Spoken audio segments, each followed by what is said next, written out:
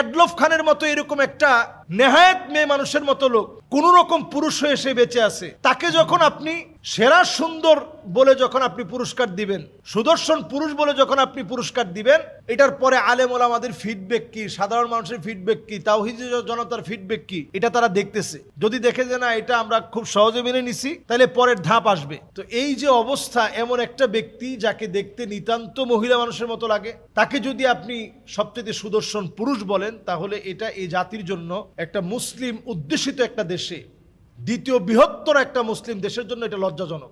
এটা তো আমরা একটা দিক বলছি।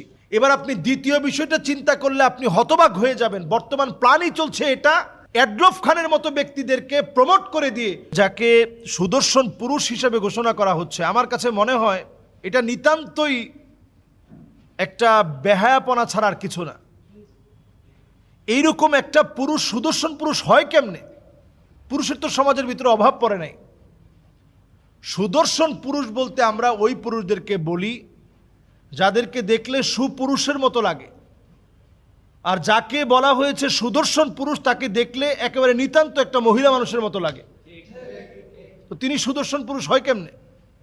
সুদর্শন পুরুষ তো তিনি হবেন যার ভুরুটা পুরুষের মতো হবে, কিন্তু যিনি সুদর্শন পুরুষ হিসাবে আমাদের দেশে আসছেন, আবির্ভাব হয়েছেন, তো উনার পুরুষত্ব কেমন আপনি একটু চিন্তা করেন। উনার বুড়ুটা প্লাগ করা, এটা তো পুরুষের ক্যাটাগরিতে পড়ে না।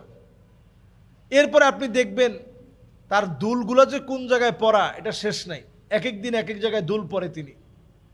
গলার ভিতরে এই পর্যন্ত চেইন পরা, হাতের নখগুলা এই পর্যন্ত বড় বড় নখ, আবার সেগুলাতে আইল্যাশ, আইশ্যাডোর, আরো কত কিছু, চোখের ভিতরে যে কত কিছু লাগানো থাকে, এগুলো সব কিছুর নামও আমরা জানি না।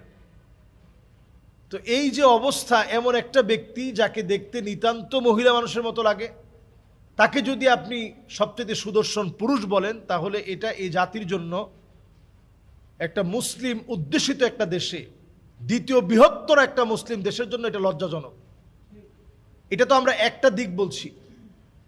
এবার আপনি দ্বিতীয় বিষয়টা চিন্তা করলে আপনি হতবাক হয়ে যাবেন। বর্তমান প্ল্যানই চলছে এটা, এডলফ খানের মতো ব্যক্তিদেরকে প্রমোট করে দিয়ে সমকামিতাকে হাইলি প্রমোট করা, এটা বর্তমান প্ল্যান চলছে। মানবাধিকার সংস্থার নাম করে জাতিসংঘ যদি বাংলাদেশে ঢুকতে পারে, সমকামী কোনো ব্যক্তি পুরুষ পুরুষ বিয়ে করেছে, এটার বিরুদ্ধে যখন কোনো আলেম কথা বলবে, সমাজ যখন জেগে উঠবে, তখন ওই সমাজ ওই আলেমের বিরুদ্ধে দাঁড়ানোর জন্য মানবাধিকার কর্মীরা তখন রাস্তায় নামবে এবং তার ব্যাপারে মামলা হবে, জঙ্গি মামলা